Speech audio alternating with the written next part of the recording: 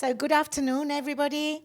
I am extremely happy to introduce to you one of my best colleagues and friends from the Universidad de Oviedo, my alma mater, Dr. Juan Tazón Salces, a real expert in the history and literature of the 16th and 17th centuries, both from Spain and from England, and whom I warmly welcome to this research center of the Instituto Cervantes at Harvard University, which, as we know, has the name Observatorio de la Lengua Española y las Culturas Hispánicas en los Estados Unidos. Juan Tazón, who's a professor of English literature and English history at the, as I said, at the University of Oviedo in northern Spain, is a specialist in Renaissance, in English Renaissance in that period, both from a historical and a literary point of view. And he has other research and teaching interests like cultural studies, textual criticism, and film criticism. I'll just mention a few of his publications. For example, his book, Literatura en la época isabelina, which is a volume within the series Historia de la Literatura Universal, published in Spain by Synthesis, or a textbook called, a very useful textbook, A Source Book of British Civilization, and the numerous articles on various topics related to the Renaissance, like the Bayo Tapestry, a visual epic and historical strip, or Death in Northern Africa, the Battle of Alcázar and its theatrical representation, because I must tell you, Juan is also a great expert in Shakespeare and his theater mostly. For example, he's got an article called Caliban's Choice in the Irish Tempest.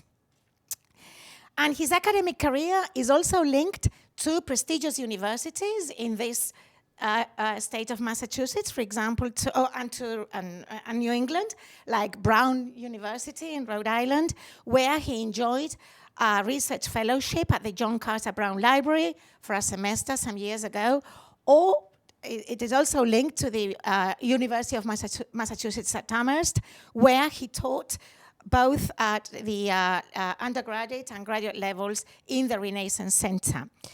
But Juan is not only a professor of literature and history, but also a translator. He has edited and translated from German the El Diario de Félix Platter.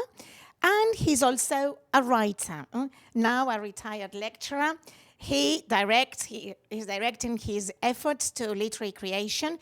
He has already published a trilogy of novels with the general title Trilogía de las Sombras, composed of Caballeros de las Sombras, Saber que mi nombre se perdió, and Las Manos de la Guerra.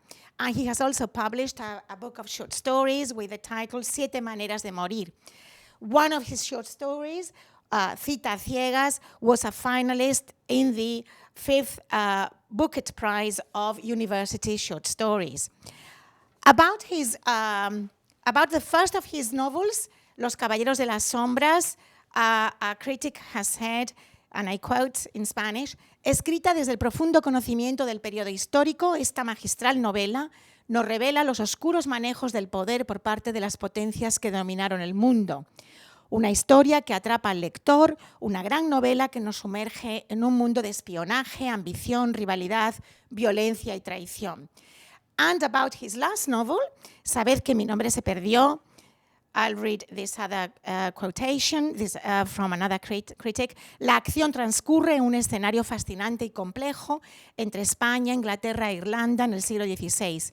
Tazón pone de manifiesto su profundo conocimiento del periodo histórico y su maestría como escritor, demostrando por qué se ha situado como uno de los nombres más destacados de la actual novela histórica. So I think I am not mistaken when I tell you that you are going to thoroughly enjoy his talk on the origins of the Spanish Black legend. So thank you, Juan. It's a real pleasure to have you here. It makes me very happy. Thank you very much, dear Marta, my dear friend, for this wonderful presentation. Ladies and gentlemen, it's a great pleasure to be here, of course. It's a privilege and an honor. As I told Marta yesterday, and being a retired lecturer as I am, this will in all probability be my last academic performance after 41 years at the University of Oviedo. And honestly, that's why I say that this is a gift, because I can't think of a better place than the Observatory and Harbour for the final act, for the closure of my career. It's wonderful, honestly, to be here. I honestly hope you enjoy the afternoon. So let's get on with it. And then if you have any questions, of course, I'll try to answer that, and let's see what happens, okay? So having said this, I will start straight away with the whole thing, okay? First of all, of course, it goes without saying, my gratitude, of course, to my dear friend, Professor Marta Mateo. We've been great friends for many, many years, and if I am here, it's thanks to her efforts. And also, of course, to Instituto Cervantes.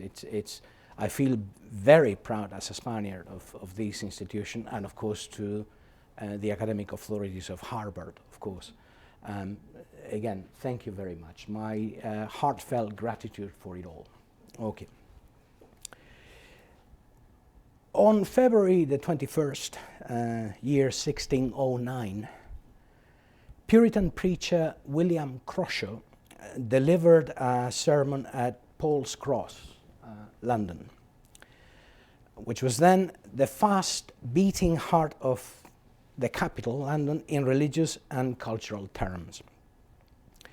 Given time, this sermon would have a profound echo. So much so, actually, that in 1620, so that is 11 years later, it was printed in full coincidence with the voyage of the Plymouth Pilgrims to America, these being, as we know, the final step in England's colonization of America.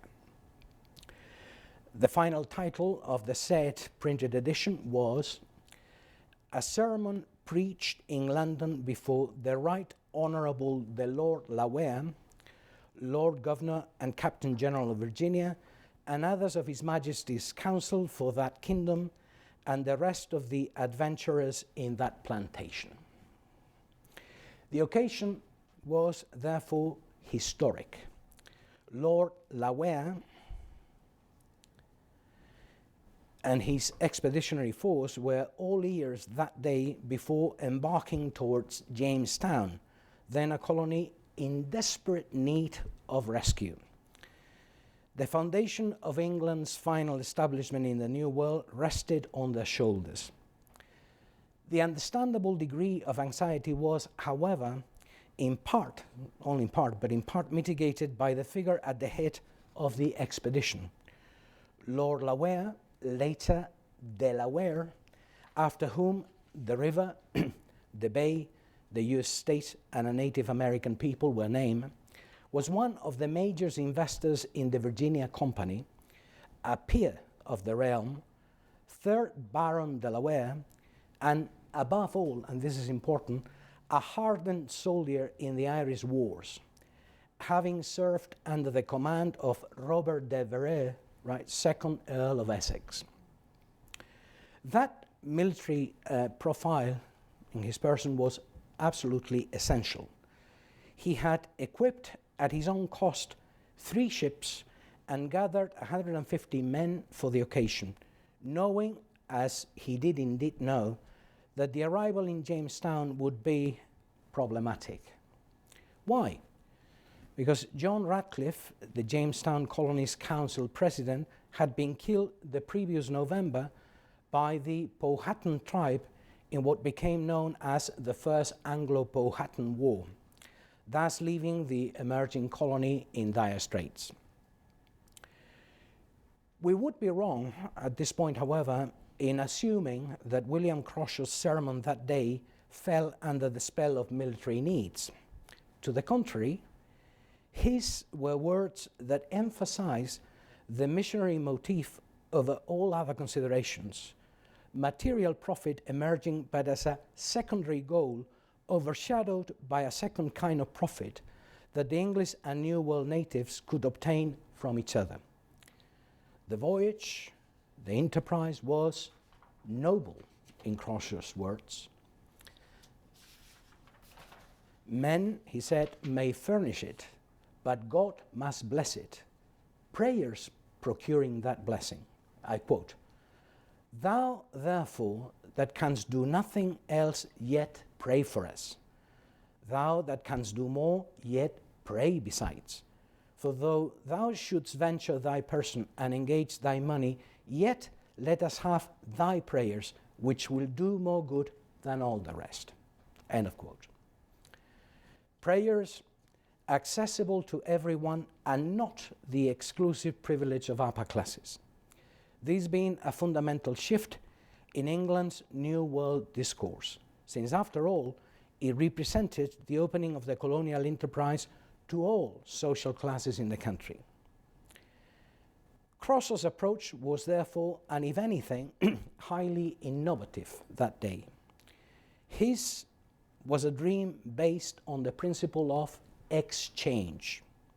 I quote, "We will exchange with them for what they may spare, and we do need. And they shall have that which we may spare, and they do much more need. But what," the Indians is referring to, "but what may them spare?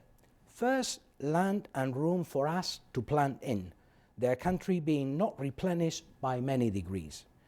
They may spare us timber, masts, crystal, if not better stones, wine, copper, iron, pitch, tar, sassafras. These things they have. These they may spare. These we will take of them. But what will we give them?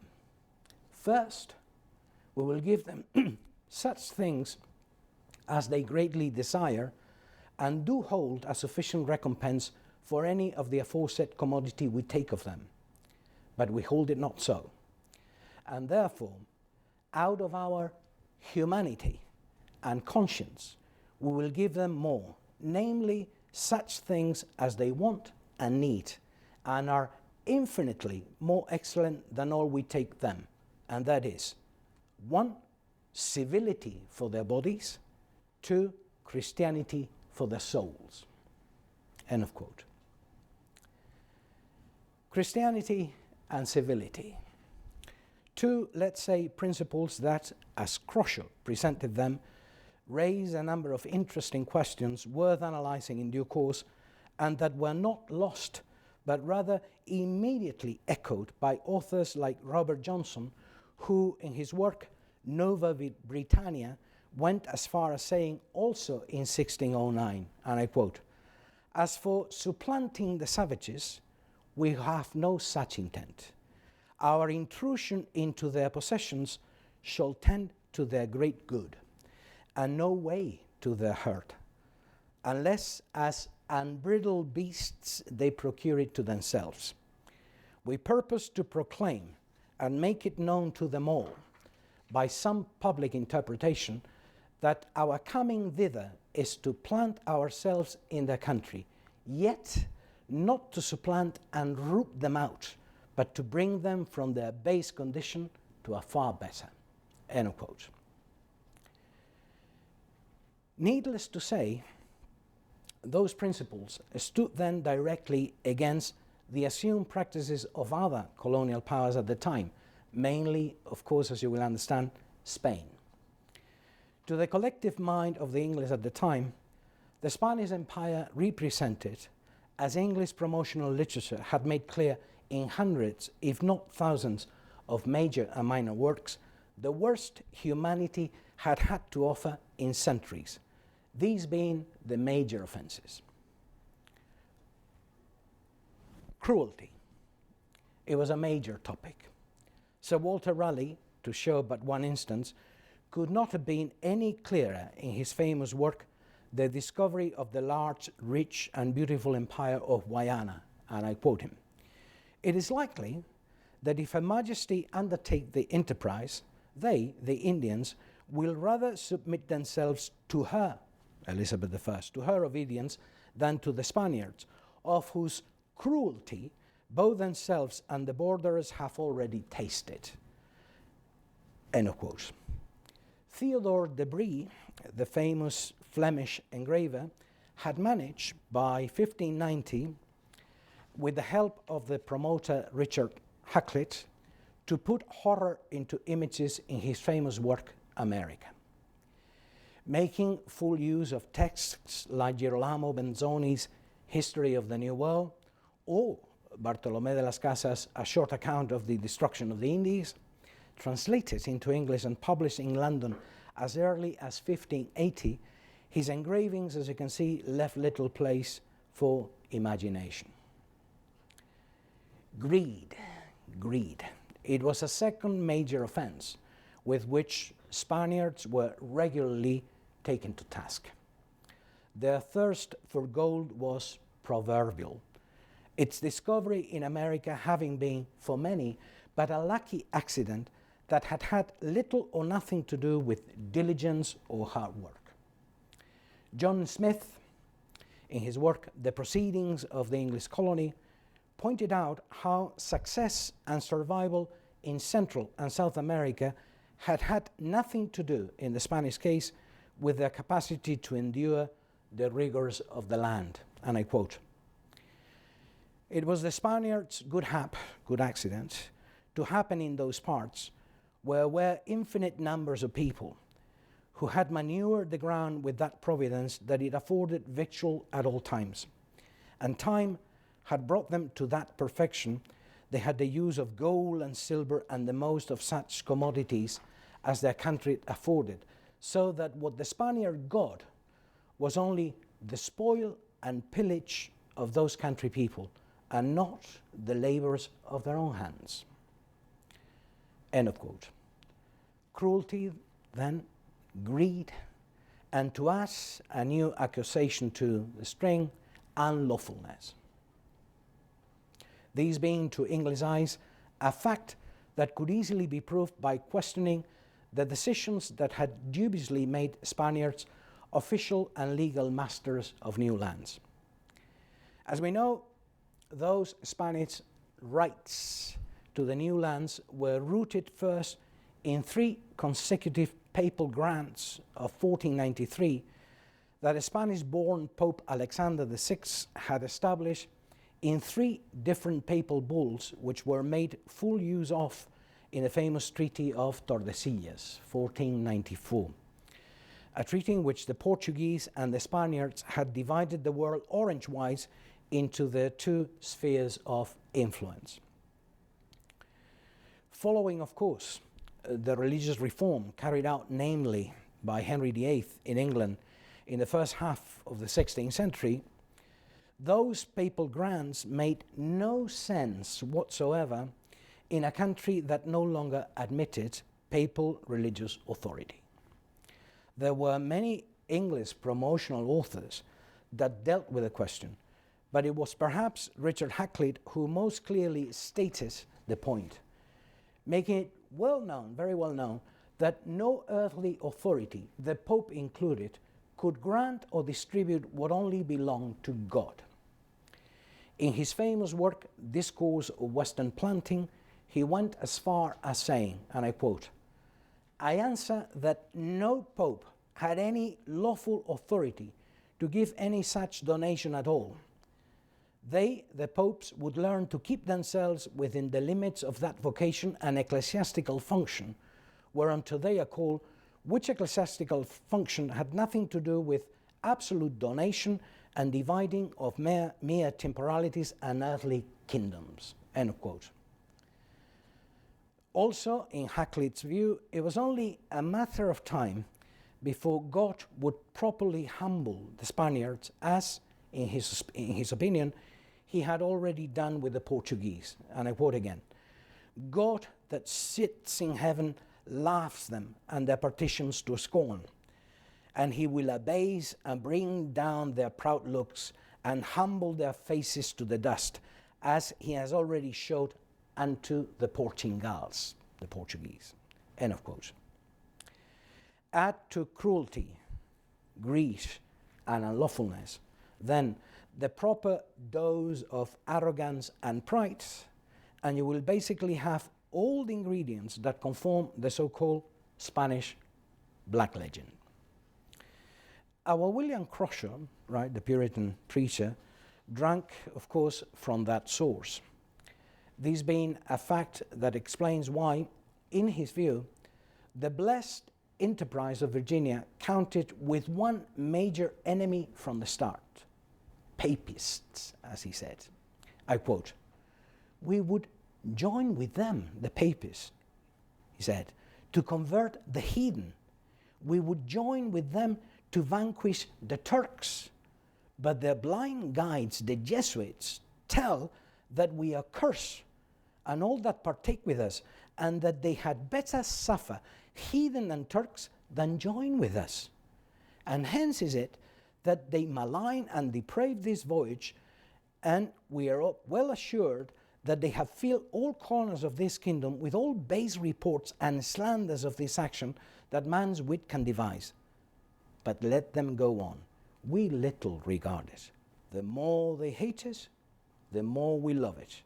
The more basely they speak of it, the more honorably do we hold it." End of quote. Also, in his own words, Spanish pretensions to the lands of the New World were but crazy figments of the imagination, based on basically a great historical lie. And I quote, again, "The title that Spain may pretend must either be possession of the Pope's gift. As for the Pope, we know indeed that a Spanish Pope gave America to a Spanish king. But the question is, what right he had to give it, for nemo that what non habet. Nobody can give anything who owns nothing." That was his question, end of quote. Daniel Price, preaching also at Paul's Cross a few weeks after Crusher, May the 28th, 1609 to be exact, enlarged upon the latter's words, perfectly illustrating with his listing of accusations the inadequate nature of the Spaniards as lords of all the world.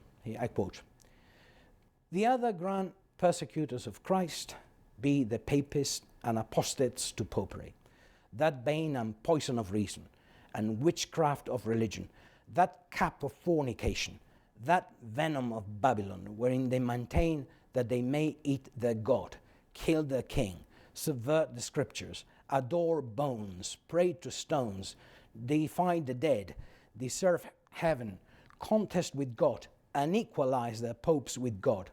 Some whereof have been heretics, some negromancers, many blasphemers, all traitors." End of quote. Was this arch enemy, then, the papists, the only one that Delaware men had to be aware of before William Crusher that distant day? No, by any means. Together with the Spaniards or papists and their unlawful claims, a second foe lurked in the shadows, which I'm sure many of you have already envisioned. Yes, the devil. For John Smith, there could be little doubt about it. In 1612, and in his work Map of Virginia, he directly accused the Indians of adoring the devil. I quote, "Their chief god they worship is the devil. Him they call Oki, and serve him more of fear than love." End of quote. The aim, I think, personally, was clear. Disregarding the many similarities that certain rites in the New World had with many of the old that has been well established, Smith and others constructed the Indians basically as superstitious idolaters ready to embrace the true religion that English settlers would bring to them. It was, again, in my opinion, a supreme instance of how European supposed superiority legitimized conquest. To Richard Whitburn, writing in 1620, "No other sacrifice to God could be any greater." I quote, "Which people, the Indians, if they might be reduced to the knowledge of the true Trinity indeed, no doubt but it would be a most sweet and acceptable sacrifice to God an everlasting honor to your majesty, and heavenliest blessing to those poor creatures who are buried in their own superstitious ignorance. End of quote. The danger of the devil's presence was to be found, I think, however, not in its intrinsic evil power, but rather in the degree of isolation that settlers would find themselves in. Away from England and the daily support of civilization, surrounded by a hostile nature and living in reduced numbers, the danger of turning or going native, with all its consequences, could not be ignored. It had happened before, in Ireland actually, as we will see in a moment, and it could happen again. Yet, for undefeatable Crusher, it was nothing for which there was no solution. All evils could have an antidote. Angels in the case of papists, God in the case of the devil. I quote, "Against the devil we have God. Against the wicked papists, holy angels." Now, if the power of the whole army of angels be unto God, but as a drop of water to the sea, and the might of all men be inferior to the power of one angel, and yet the prayers of one good man is able to shake hell and make the devil tremble, which is the ringleader and chief of all our enemies, then it is apparent enough that our enemies are less than nothing to the friends that this action has. End of quote. Disturbing and threatening as these two enemies must have appeared to Crusher in 1609, there was still, however, a third one to act to the string. It was, as I hope you will see, of a rather strange nature given the circumstances, but one that needs, of course, a proper explanation. This is William Crusher again in all his clarity. I quote, "We confess this action has three great enemies: the devil, as we know, papists, and theatre players." Theatre players. Of all creatures on earth, theatre players. But I ask myself, what may have prompted William Crusher to support such a view? Well, he himself was more than ready to supply answers. They came in the form of a brutal tirade worth quoting, and I quote, "As for players, pardon me, right honourable and beloved, for wronging this place and your patience with so base a subject. They play with princes and potentates, magistrates and ministers, nay, with God and religion and all holy things. Nothing is good, excellent, or holy can escape them. How then can this action? But this may suffice, that they are players. They abuse Virginia, but they are bad players. They disgrace it, true, but they are bad players. And they have played with better things, and such as for which, if they speedily repent not, they say, vengeance waits for them. But let them play on. They make men laugh on earth, but he that sits in heaven laughs them to scorn, because like the fly, they so long play with a candle, till first it singes the wings and at last burns them altogether." End of quote. If I may, I think it is necessary to distinguish at least two strands of thought in this accusation. First of all, Crusher couldn't help but feel, good Puritan that he was, a strong degree of revulsion towards the world of drama. Drama, as he confessed, was by nature highly subversive. A nobody, an unknown fellow, could become a king or a potentate for the lapse of 2 hours on the stage, and what is worse, make many others believe, if he was a good actor, capable of producing suspension of disbelief, that he was truly the powerful figure that he impersonated. Consider, for instance, female roles. In a business that by law excluded women, all female roles, as we know, were taken by boys. Yes. Our first Juliet, beautiful Cleopatra, were but boys of 12. How could this gender subversion be admitted by the likes of Croshaw? No way.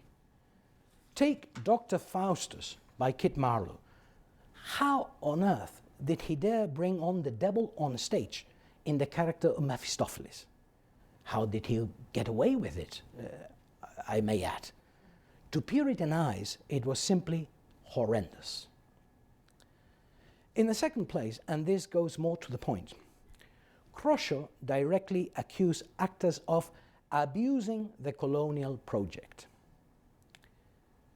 What concrete episodes then of theatrical abuse, we may wonder, may have prompted him to state such a point? Well, there are several, but there is a notorious case that comes immediately to my mind. The satirical play Eastward O, written in combination by Ben Jonson, George Chapman, and John Marston, first performed by a company of boy actors known as the Children of the Queen's Rebels in early August 1605 at the Blackfriars Theatre. At a given point, with 3 characters on a stage sharing drinks at the Blue Anchor, a tavern in Billingsgate, this dialogue takes place. One Captain Seagull makes this toast to the following words, I quote, "Come, boys, Virginia longs till we share the rest of her maidenhead," end of quote. To which a second character, Spend All, notice the names, responds in the form of a question. "Why, is she inhabited already with any English?" Captain Seagull's answer is worth taking into full account. I quote, "A whole country of English is there, man. Bred of those that were left in 79. They have married with the Indians and make them bring forth as beautiful faces as any we have in England. And therefore, the Indians are so in love with them that all the treasure they have, they lay at their feet. I tell thee, gold is more plentiful there than copper is with us. And for as much red copper as I can bring, I will have thrice the weight in gold. Why, man, all their dripping pans and their chamber pots are pure gold, and all the chains with which they chain up their streets are massy gold. All the prisoners they take are fettered in gold. And for rubies and diamonds they go forth on holidays and gather them by the seashore to hang on their children's coats and stick in their caps as commonly as our children wear saffron-gilt brooches and groats with holes in them." Pure, let's say, Spanish rapacity, but this time coming from the lips of true English characters ready to rape a new maiden called Virginia and empty the new land of the gold it contains. Add now to Seagull's words a number of jokes against Scottish rapacity. The new king in England, James I, was a Scot, and you will perfectly understand the outcome of the whole episode. Johnson and Chapman ended up in prison, while Marston got away with it for being perhaps a principal investor in the Company of Virginia. For days, besides, Johnson and Chapman had to endure the torment of thinking that their ears and noses would be finally cut off. No wonder that Johnson threw away a banquet at his intimate friends when he was finally released in one piece. Right. It was this type of creation that Croshaw bitterly resented, and with good reason, for it proved beyond any doubt that playwrights, at least some of them, saw through the double scheme that English promotional writers aim at putting forward, based on the establishment of 2 legends and not only one. A black one, in which Spanish atrocities were put forward bluntly, but also, let's say, a white one in which English colonial interests were fully legitimized on the grounds, as Croshaw defended that day, of Christianity and civility. But how could playwrights ignore the evidence, I ask myself, when it was at arm's length? How could they be criticized for not suppressing the terrible gap between appearance and reality when they actually lived in it. Iago, in Shakespeare's Othello, may be apparently honest Iago to all characters in the cast, but in reality, he's a demonic being fully responsible for the final degree of chaos, turmoil, and blood. Take once again, please, the occasion of Crosshaw's sermon that day in 1609. He preached for an audience at whose head figured somebody like Lord Delaware, who owned a more than dubious background. By 1609, 2 plantations had been established in Ireland, where he had for years fought. One in Munster in the southwest, and one in Ulster in the north of the country. The cost of establishing those colonial schemes had been, in human terms, simply horrible. A campaign of ethnic cleansing, probably the worst in European history until then, had emptied those areas of native population only to give them, as a result, to new settlers beyond the sea, ready to be planted on the ground and support English interests. The means employed, you may ask yourselves, well, the usual ones, not excluding a campaign of scorched land and famine that made thousands perish in terrible circumstances. This is Edmund Spenser, one of the greatest poets in English language, the author of The Faerie Queene and a contemporary of Shakespeare's, boasting, yes, actually boasting, of the effects that the English policy of a scorched land had brought about. These being words written, by the way, in his book, A View of the State of Ireland. I quote, "Out of every corner of the wood and glens they came creeping forth upon their hands, for their legs could not bear them. They look anatomies of death. They spoke like ghosts, crying out of their graves. They did eat of the carrions, happy where they could find them, and one another soon after, insomuch as the very carcasses they spared not to scrape out of their graves. And if they found a plot of watercresses or shamrocks, there they flock as to a feast. In a short space there were none almost left, and a most populous and plentiful country suddenly left void of man or beast. Yet, sure, in all that war, there perished not many by the sword, but all by the extremity of famine, the famine that they themselves had wrought." End of quote. Spenser, of course, benefited from such excesses. He was granted Kilcolman Castle, as did others, like, for instance, flamboyant Walter Raleigh, who received 60,000 acres of land in Munster. No wonder, when we examine that quotation in detail, that the word the poet used to describe the process was the English verb tame. For in his mind, the native Irish must have looked like animals ready to be slaughtered and supplanted by fully human beings. Yet, those native Irish were Christian, their ancestors having been responsible for the full Christianization of the British Isles. Many had English blood, inherited from the first English settlers of the 12th century that had committed the terrible crime of turning native. They had their own degree of civility, which Delaware and many others simply wiped out. Could anyone then, in 1609, aware of what had happened and was actually happening in Ireland, and Croshaw must have been aware of the whole process, truly and sincerely believe that Lord Delaware, at the front of his 150 men, would carry out a civil and Christian mission in the New World? Appearance and reality. The sweet image that the white legend promoted and defended by the likes of Croshaw was simply unconvincing, that is, for the likes of Johnson, Marston, and Chapman, whose art depended on the exploitation and knowledge of human passions and weakness. No play, in my opinion, represents better these conflicting views than The Tempest by William Shakespeare.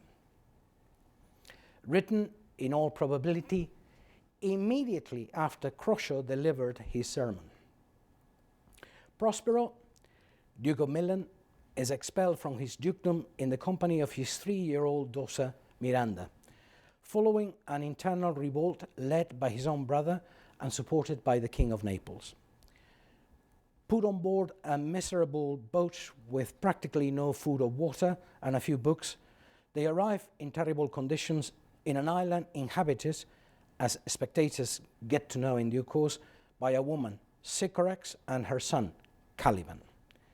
When the play starts, this story, belonging to the past, is told by Prospero himself, who has already established himself after 12 years as master of the land. We have therefore initially a clash, an encounter of two worlds, the old one, to which Prospero and Miranda belong, and the new one, owned by Caliban. An encounter that follows initially as Croshaw sustained the rule of exchange. It is Caliban who explains it in detail, stating in full force his right to the possession of the land, taken away from him by the new master. I quote, "These islands mine, by Sycorax my mother, which thou takest from me. When thou camest first, thou strokest me and madest much of me, would give me water with berries in it, and teach me how to name the bigger light and how the less, that burn by day and night, and then I love thee, and show thee all the qualities of the isle, the fresh springs, brine pits, barren place and fertile. Cursed be I that did so, all the charms of Sycorax, toads, beetles, bats light on you, for I am all the subjects that you have, which first was my own king. And here you stay me in this hard rock, whilst you do keep from me the rest of the island." End of quote. Survival in exchange for the new knowledge that Caliban lacks. But survival, nevertheless, for without Caliban's help, as it happened with the first English settlers in America, the continuity of life would have been impossible in the hard early days. Yet, when the settlement follows its safe course, Caliban is relegated to slavery on the grounds of his behavior, which Prospero describes, following promotional authors of the time, as that of an unbridled beast who practically lacks all human qualities. Miranda, his daughter, in fact, having been educated under a very strong parental guidance, goes to the extent at one point of depriving Caliban of the human capacity to speak. And I quote, "I've bore the slave, which any print of goodness will not take.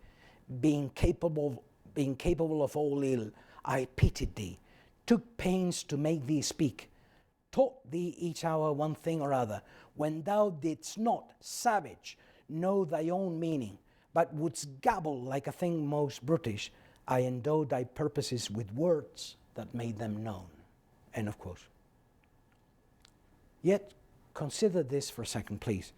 Caliban had been brought up by his mother, Sycorax, who Prospero conveniently describes as a witch, and with whom the son must have communicating using some sort of language to the purpose. For Miranda, however, that native language is but a horrible combination of sounds that makes no human sense. Rather, his is the language then of an animal to whose realm Caliban now belongs. Other characters in the play, minor ones, like the drunken sailors Trincula and Stefano, will also cast doubts on the humanity of the, let's say, creature. I quote, this is Trincula. "What have we here? A man or a fish? Dead or alive? A fish. Oh, he smells like a fish, a very ancient and fish-like smell. A kind of not of the newest purgeon, a strange fish.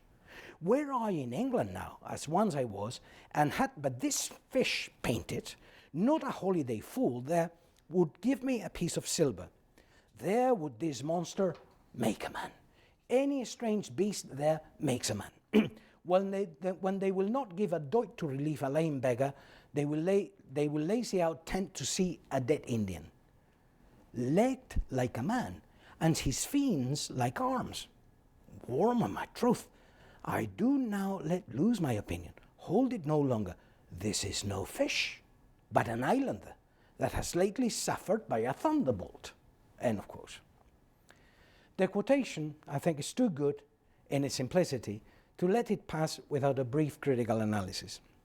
It is meant to cause laughter in the audience, of course, but with an echo that transports us immediately to the famous debate of Valladolid in 1550, in which Spanish Dominican friars, headed by Bartolomé de las Casas and Father Juan Ginés de Sepúlveda, discuss the human nature, or lack of it, in the native populations of America. This being a debate, by the way, which was not closed on the occasion, and which came, ironically, after the death of one of the most humanitarian defenders of native rights in the New World, Father Francisco de Vitoria. His work, The Indies, on the Indians, was the first in Europe to criticize the excesses committed by the Spaniards in the new lands. His words left no place for doubts.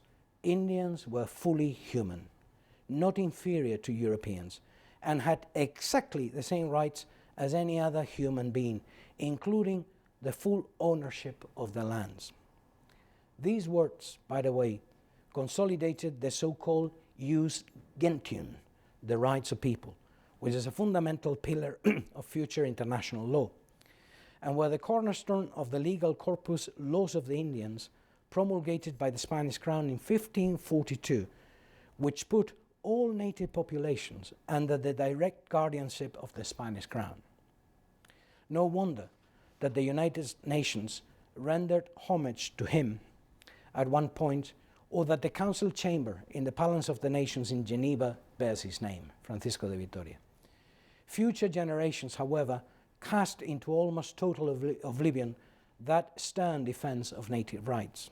And in this, and contrary to what Croshaw maintained that distant day of 1609, many English and Spaniards shook hands, with crowns here and there looking in the opposite direction.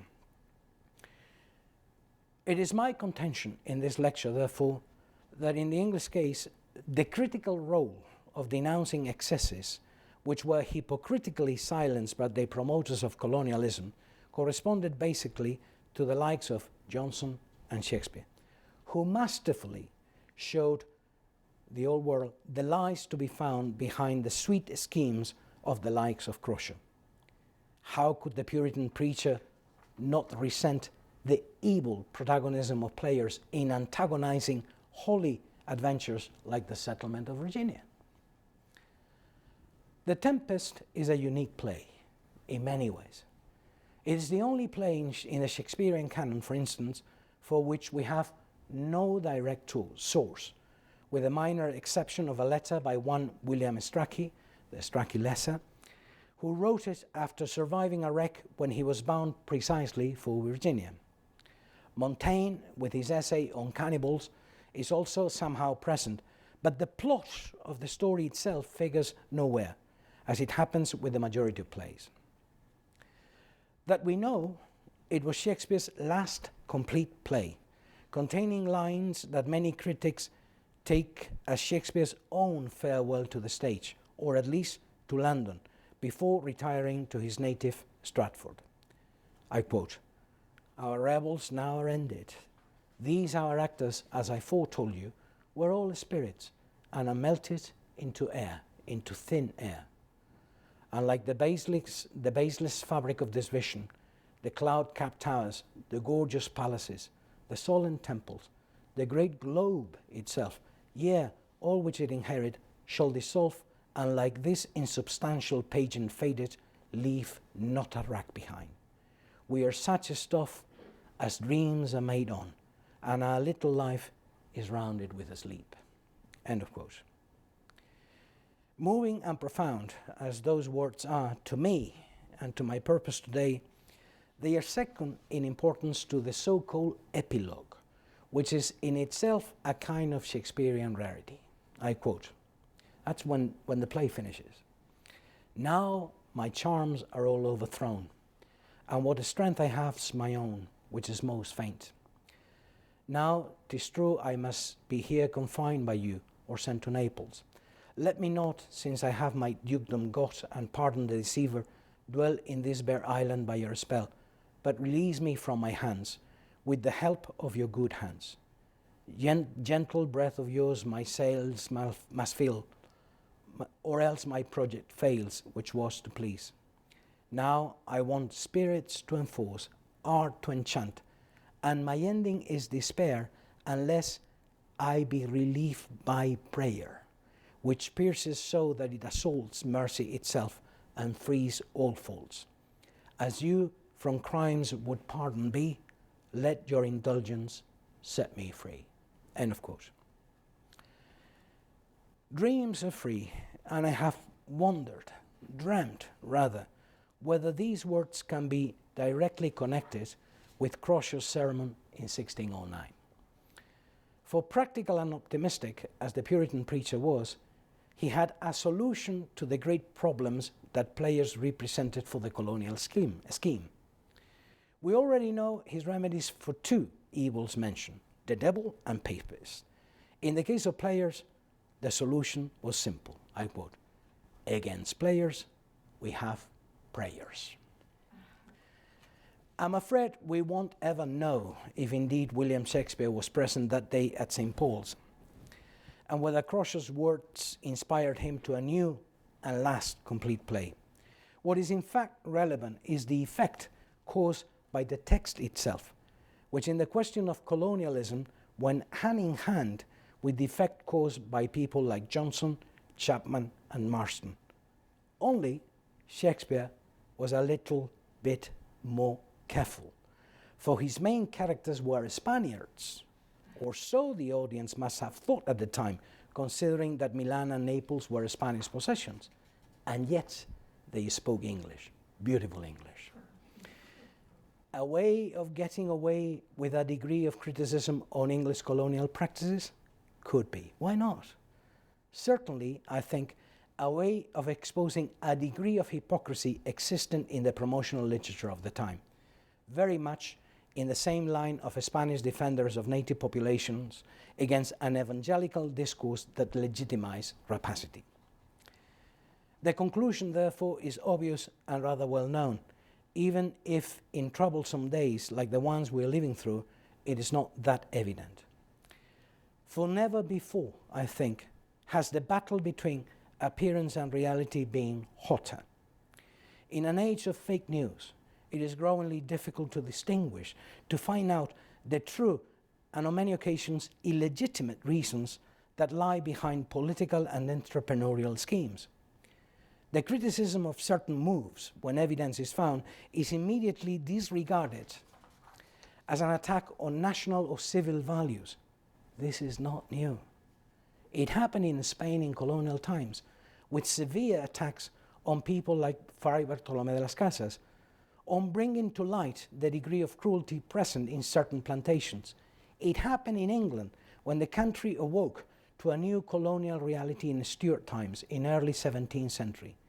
The construction of legends, moving in different directions, was but a powerful weapon used without scruple to destroy the enemy, at least in the eyes of the wider public, and legitimize horrendous practices under the veil of civilization and Christianity. Antonio de Nebrija, our first grammarian in Spain, couldn't have been any clearer when he stated that language was the first tool of the empire. What he did not mention, and this is not a critical view on his great work, were the uses to which it could be put.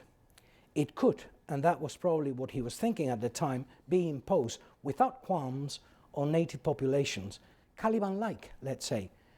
But without being exhaustive on the subject, it could also be used, as it was, in the construction of parallel or imaginary realities that had little to do with the real one. Very much in the line of the alternative worlds we are talking about today in the digital sphere. But now, the same as then, individual free will stands out. It is, I think, our duty as members of the academia to fight in the name of reason so that the capital importance of these human values may not be diminished. And that can only be done if critical minds are allowed to exist and grow, these being the foundation of democratic freedom, these being equally the reason for being of the humanities, for as long as they are allowed to exist. Thank you very much. Thank you very much. You're very kind. Thank you so much, Juan, for this wonderful ending as well, and for this fascinating talk, which I think has been a brilliant example of a multidisciplinary presentation. You've touched on facts and topics from fields such as so diverse as literature, politics, history, English, Spanish, Irish history, painting, religion, philosophy, cultural studies. So it's been amazing. And I'm sure you've been aware of, you've noticed Juan Tazón's brilliant theatrical talent as well. I didn't mention it in my presentation, but Juan, we did a lot of you may know, is a wonderful actor. She's a wonderful actress, believe me. Anyway, so are there any questions? Both Zoom attendees and in-person attendees are invited to ask questions, either in English or in Spanish. You can ask them in whichever language you prefer. Okay. Yeah, I think we have a question there. You'll need the microphone for the recording. So, thank you so much for the talk. I mean, I am not in the field of humanism because I'm a physician. So, but for me, it's always a pleasure to listen this kind, especially because I'm very. It's like my hobby, my personal hobby, to be on this part of the history of this Spanish and British history. So thank you so much, and because it has been it's brilliant. Been a pleasure. It has been a pleasure. So I have a question. Maybe I think it's related with the topic you have discussed. I have heard recently that. We have been talking about many years the colonies of the British Empire or the Spanish Empire, right? Like comparing them or to putting them in the same level, right? The colonies from Spanish Empire and the colonies from the British Empire. But I have read recently that we shouldn't do that. I mean, because there is such a difference between the British colonies in terms of laws, in terms of rights, in terms of trades, and Spanish colonies, that they shouldn't be called as colonies, maybe as a part of kingdom, maybe as cities, as other cities in Spain. I don't know if you share this opinion or just. In my opinion, I mean, the exercise was, if I may use the word exercise, it shared a common ground. I mean, and the ground was the exploitation of new resources in new areas. Okay, fine, which both Spain and England wanted. The problem starts when you look on the Spanish side, they found one given world with a number of natural resources and natural values here and there, including gold, silver, and so on, which in the case of the English was not there. I mean, the British were actually forced to move northwards, and they did not come across gold. Even if they wanted it in the first place, they did not come across gold. They came across timber, fish, natural resources, but not the amount of wealth they actually desired in the first place.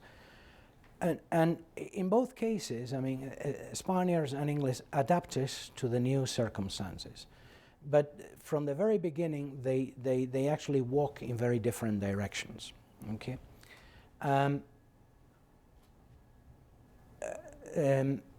Spain, for example, had no scruples whatsoever in mixing with the native population, which in the English case, I mean, of course, we're always given the example of John Smith and Pocahontas. I mean, it was the only marriage. Okay, fine. But in the English case, I mean, that was not the case. I mean, precisely because they were terrified that the new settlers would actually turn native.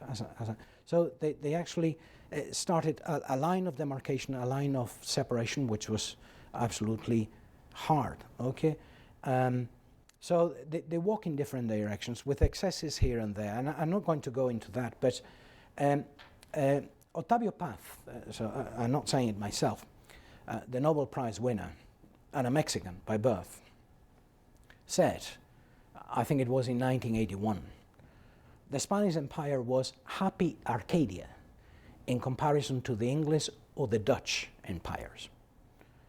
Now, I don't say this. I mean, he was a Mexican. He was part of that inherited world, that inheritance, and he actually defended that. I mean, given the times we're living, I doubt myself that Octavio Paz would be allowed to say the same sort of thing in Mexico. I mean, he would have tremendous problems, I think, but he said it nevertheless, okay? So you cannot say, what I think is wrong are actually two things. I mean, when you actually criticize the past with the eyes of the present, you're bound to make mistakes. I mean, we know many circumstances, but we didn't leave those times. I mean, and it's unfair and hypocritical, I think, to question certain moves or certain things in the past with modern law, modern eyes, with our modern vision. I think it's very unfair, honestly. At the same time, what I think is fair is to actually look for critical voices of the time who saw through certain schemes and actually voice the difference, which is what I have tried to do today. I mean, that's why I go against people who say, no, I mean, the treatment of the Indians on the Spanish side or the English side was natural, given the times. I mean, those were cruel times. I mean, peoples of Europe were not that civilized. I mean, no, it's wrong. It's wrong because people like Bartolomé de las Casas or Francisco de Vitoria or William Shakespeare, who were contemporary people, were actually criticizing that. And they saw through the apparent vision that authorities were trying to give, okay? So I think it's fair, actually, to rely on those critical voices of the past to bring it to light today. Apart from that, I mean, I don't think we should go any further. And I think it's very, very problematic and unfair, again, to say, well, the Spanish Empire was better than the English Empire or the Dutch. Well, they were actually different because they encountered a very different reality from the start. And the cultures of both countries differed, actually, initially. So it's only natural. They developed in two given ways, but we cannot say this was better or that was better. Just one question. Juan, are you aware of a similar strategy or scheme in Spain against the English Empire?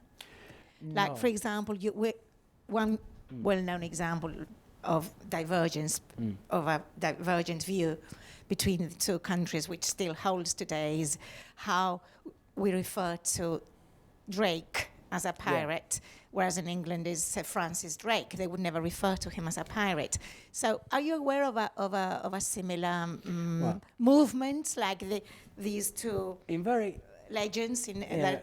Thanks for the question. But in very humble terms, with all my humility, and in a way it goes against what I have just said, I think Philip II made two terrible mistakes. Terrible mistakes for Spain in the long run. Mistake number one, he didn't set his capital in Lisbon when he could. And instead of that, he chose a hamlet in the center of Spain with a couple of houses called Madrid. In the center of it all, but away from everything. Lisbon offered everything. It was open to the Atlantic, open to the New World, to the trading routes. It would have been, I think, the logical setting, given the empire Spain had at the time. Well, he forgot about Lisbon, and he was the legitimate owner of Lisbon at one point, from 1580 onwards. Second mistake, he didn't counterfeit the so-called Black Legend. England and Holland made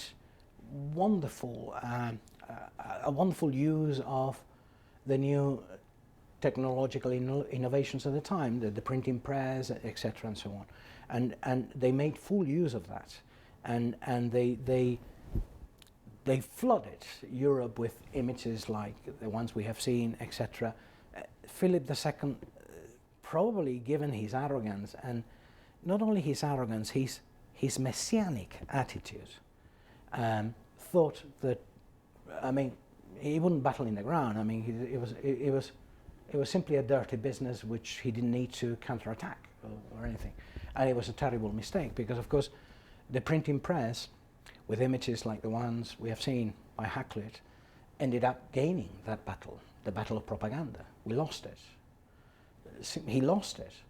But of course, again, and people like, for example, the Hispanist Jeffrey Parker, wonderful Jeffrey Parker, a great friend, has actually proved it with documents.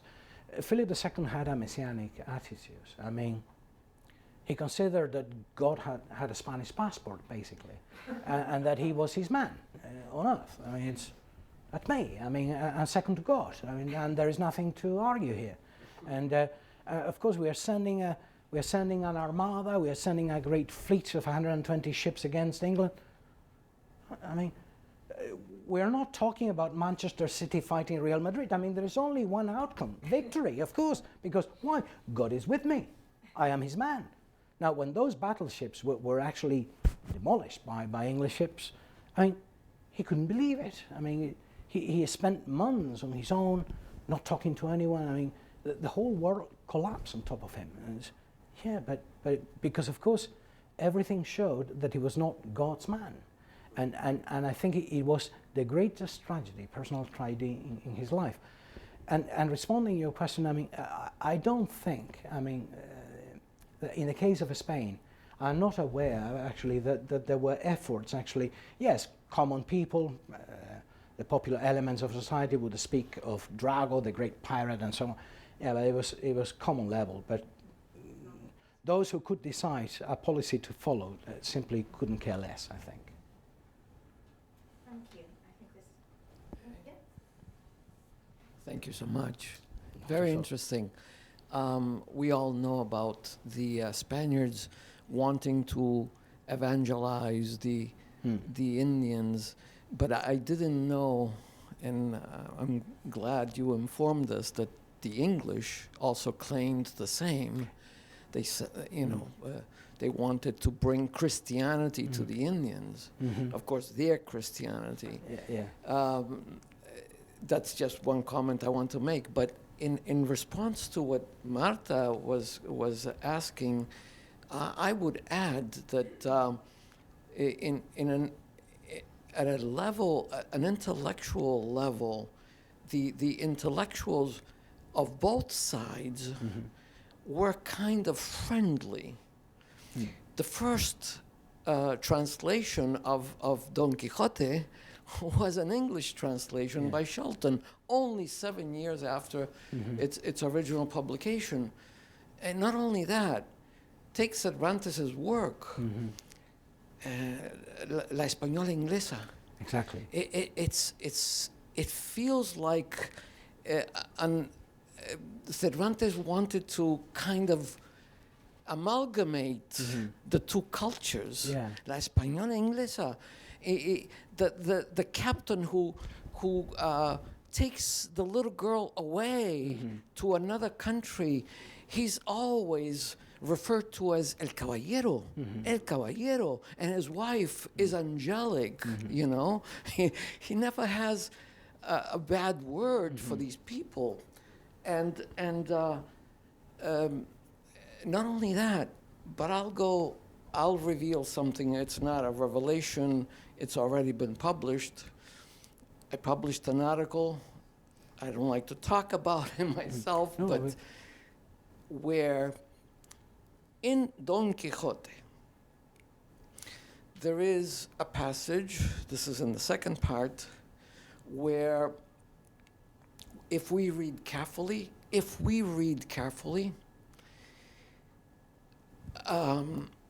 we might get the feeling that Don Quixote had English ancestors on the mother side. Oh. This is I will gladly give you the title of my publication. It's been published. I would love it. It was presented 13 years ago in Germany, and then published. My colleagues have some. My wife told me, don't read it in Spain. You know, you'll have eggs all over you. But I read it in Germany, and it's people who have what I would say intellectual honesty have praised this. I would love to read it. I would love it. But then others just ignore it. Yeah, but that of course adds to, I think, of course we cannot say whether actually Shakespeare and Cervantes met each other, probably not, but I think there was mutual respect. I think they did know of each other. And Shakespeare has, we don't exactly know how, but he had access actually to wonderful libraries. There's a very funny thing about Shakespeare. I find it funny, two things. Well, his will, actually, when he died, actually, he gave his wife my second best bed. What? Right, my second best bed to your wife. Well, the first one goes to whom? Right, he didn't say. And then the books. But when you ask yourself, and which was Shakespeare's library? You don't know. I mean, there are no books catalogued. There were papers, so and so, but there were no books. And how is it then that a man who read so much actually left no books when he died? I mean, I've always found it very, very hard. But then we know for certain that he had access to many books. So that means that he had access to wonderful libraries, like, for example, Southampton's, the Earl of Southampton's library, and so on and so on. That's, I think, where he actually read at a tremendous rate, and where he came across many of his wonderful stories. And I am sure, and I totally agree with you, that there is a connection there, a very strong connection, for whatever reasons. Your reasons may be a wonderful one, but there is a great connection between Shakespeare and Cervantes there. I mean, it's somehow they knew each other, they respected each other. Apparently, they knew each other personally. It's not proven, but the King of England sent a group of people to the christening, the baptism of one of the infantes, I can't remember. Yeah. And apparently, in this group, figured Shakespeare. And that's how he met Cervantes in Spain. It could well be, yeah. Could well be, yeah. Could I just ask I would love to read your article, honestly. Could I just ask a question about theatre, Juan? And excuse my ignorance, but had the Tempest been performed already at the time of the sermon, or is it much later? No, that we know it was composed between 1609 and 1610. Probably at the end of 1609, early months of 1610. So the sermon was actually preached exactly on February 1609. But given the way the play finishes, with Shakespeare begging for prayers, knowing himself as a playwright and as an actor, as a theatre player, I think he's deliberately kicking Crossh's arse. I mean, it's okay. You ask, the solution for prayers for players was prayers. Okay, well, pray for me because I'm a player. But I mean, there is such a strong colonial vein in the Tempest, I find, and there is such a degree of criticism on certain colonial attitudes that I believe it's a question of belief. That he must have heard about the sermon because it was actually very famous, and most probably he was there, present. St. Paul's Cross was in cultural terms the heart of London. I mean, all the printers met at St. Paul's Cross. Shakespeare's works, the ones that were actually printed at the time, were printed there and sold there at Paul's Cross. So for Shakespeare, I mean, that was an everyday place. I mean, a place he probably visited every day. So that's where St. Paul Cathedral is. Exactly, St. Paul's the old Cathedral St. is. Paul's, because I mean, the old St. Paul's, it was on the ground of the new one. Okay, the one we know as St. Paul's was actually burned with the Great Fire of London in 1666, and Christopher Wren then erected the new St. Paul, which is the one we see when we visit London. But St. Paul's Yard then. And with St. Paul's Cross in the middle of it, was a gathering place for cultural events and for the printers and editors of the time. And for Shakespeare, it was a very familiar place. And I like to imagine Shakespeare being present and drawing a smile and saying, wait and see.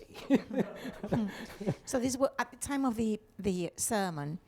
It was still not the time when theatre was forbidden in England, was it? Or was it No, not more yet, or less? no, Not yet. no. Theatres, playhouses, as they call them, were actually closed down in 1640. This was still the golden age of drama. Shakespeare was writing, Ben Jonson was writing, many others followed with a lesser category. But it was only in 1640 that with the likes of Croshaw, with the new Puritan regime, with Oliver Cromwell and so on, playhouses were actually shut down. But 1640. Questions? Elena. Hi. Is this working? Yeah. I don't really have a question, more of a comment. Thank you for the presentation. I feel like my head is spinning with so much information. And I wanted to comment on how you talked about something that happened so many centuries ago and brought it back to us with the, fake news and use of propaganda. And when I first heard about this talk, I imagined you were going to talk about how unfair it was that we get drawn as the bad people and other people didn't, and maybe you were proposing a revision of history or rewriting, but you didn't. I don't think that's what you intended to do. No. You just went back to the time and looked at what was happening there. And so more than a question, I'm wondering, these are the tools they had to manipulate data and to use propaganda. And I'm sort of wondering of the parallels, how would it be now with all the technology? If there's something that happens today, how is it manipulated? How is it different? Because the end result is trying to bring your own view. When I wrote my first novel, Gentlemen of the Shade, Caballeros de la Sombra, people ask me about spies and espionage in the 16th century. How was it like, being a spy and so on? And I always answer, because I truly believe it. I mean, the idea was actually the same. The goal was actually the same. Only the tools differed. The ones used by them, the ones we use now. But basically, the ultimate goal is and was and is still the same. Okay, that's why I say that in the case of fake news, I mean, there is nothing new in it. I mean, what we use now are very, very powerful tools. The most powerful tools ever seen. And according to certain voices, they're going to be very dangerous, perhaps. Okay, but certainly, I mean, the ultimate goal is I think, humbly I believe it, exactly the same. It's to make people be unaware of the existence of two realms. Okay, Shakespeare knew a lot about that. I mean, when you read Shakespeare, I think one of his main concerns, if not the main one, was to establish the difference between appearance and reality. You read Hamlet, for example, and you notice how he uses the verbs to seem and to be, and he plays with it all the time. I mean, Hamlet's mother comes to him in the first act and asks her son, "What seems so particular with thee, my son?" Hamlet's answer is, "Seems, madam? No, I am. It's not that I seem to be sad, it is that I am sad. So I don't want to look that way. No, it's certainly that I am sad. I mean, that distinction between appearance and reality was absolutely crucial for Shakespeare. But that, when you come to think about it, it's the essence of drama. Now, the problem with today's world is that I think we're not preparing the new narrations very well on that walk that they are bound to tread. I mean, they have to be aware that they are actually playing with their minds, the same as ever, only this time using very, very powerful, but you have to be critical. You have to develop a critical response. That's, in part, that's what the humanities, that's what we have to do. When you ask yourself as a teacher, a lecturer, a professor of humanities, what's your role? I've always had one answer. Teach your students how to read. Because if they know how to read properly, then they will read everything around them. I mean, you go out here, you read a sign, and there's something behind that. You see the TV screen, you need to see beyond the piece of news. You see a film, you need to see certain things beyond. You need to develop a critical. If we don't develop critical minds, then we are failing our purpose as humanists, I think. It's our main purpose, more than ever, is to develop that critical attitude towards the world we are living. It's absolutely fundamental, more than ever, I think. But that's the battle, okay? In part, that's why I drew that parallelism that you are mentioning, because the purpose is, okay, I can always come here and talk about history and what the Spaniards did, what the English or William Crosser said, but then what would the purpose of that be? I mean, you would not be any richer having heard those pieces of knowledge, because, yeah, okay, I mean, Juan's talk was, yeah, informative. But then there's got to be something else. I mean, you need to end up rounding the whole thing and saying, after all, I mean, that lesson from the past is useful today. Okay? If you can go away with that little message in your mind, I'd be honestly more than happy, okay? With, as I say, my closing act in the academia. Okay, right. You've been very, very kind. Thank you very much. Okay. I think, Any more okay, questions? this will be a wonderful moment to stop, but I think there's just one last question. Last one, okay. Hello. Bravo.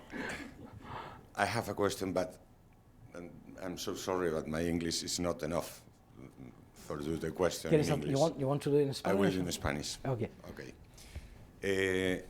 Hemos visto un poco el origen de la leyenda negra, datado en ese sermón de ese sacerdote y cómo empezó y cómo se desarrolló. Lo que yo no entiendo muy bien, Juan, es ¿por qué sigue eso de moda?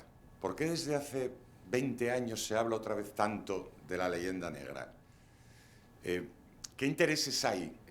Quiero decir, el Imperio Británico no va a crecer, ni el español, no tenemos colonias, ni vamos a conquistar nuevas tierras. ¿Por qué hay ese interés en echar por tierra el trabajo de los españoles? You're not going to like my answer. Incluso aquí en Estados Unidos. You're not going to like my answer, but I have to give it to you. Have you ever known a more self-destructive country in the world than Spain? I haven't. As Kaiser Wilhelm said 2 centuries ago, I think it was, it's wonderful to analyze the history of Spain. They are a people that have been trying to destroy themselves for centuries, and they have never achieved it. They are the strongest people on earth. But we love self-criticism. I mean, people take the Civil War, for God's sake. I mean, it took place in 1936. I mean, the new generations don't know about it. I'm not saying close the gap. I'm not saying that. But would it be possible, perhaps, given the wonderful historians that we have, to come upon with one common view of the civil wars, with atrocities here and there, with this and that and that? I mean, a neutral account, impossible.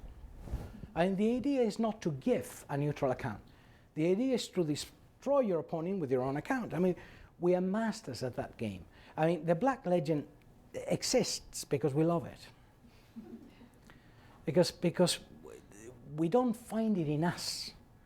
We don't find, I think, the national pride to go against it in the first place in our hearts and to do something about it. No, I mean, we are self-destructive people as a country in that sense. But maybe entirely wrong. That's why I said that you're probably not going to like my view and my answer, but that's how I feel, honestly. I have to be honest here. I want to be honest. So we're also responsible for that legend, not just the British. Yeah. Yeah. Okay, I think this is the moment to stop. So thank you very much, Juan. It's been fascinating. And so I think he deserves a good round of applause from all My of us. pleasure. It's been my pleasure. Thank you very much. You are very, very kind. Thank you very much.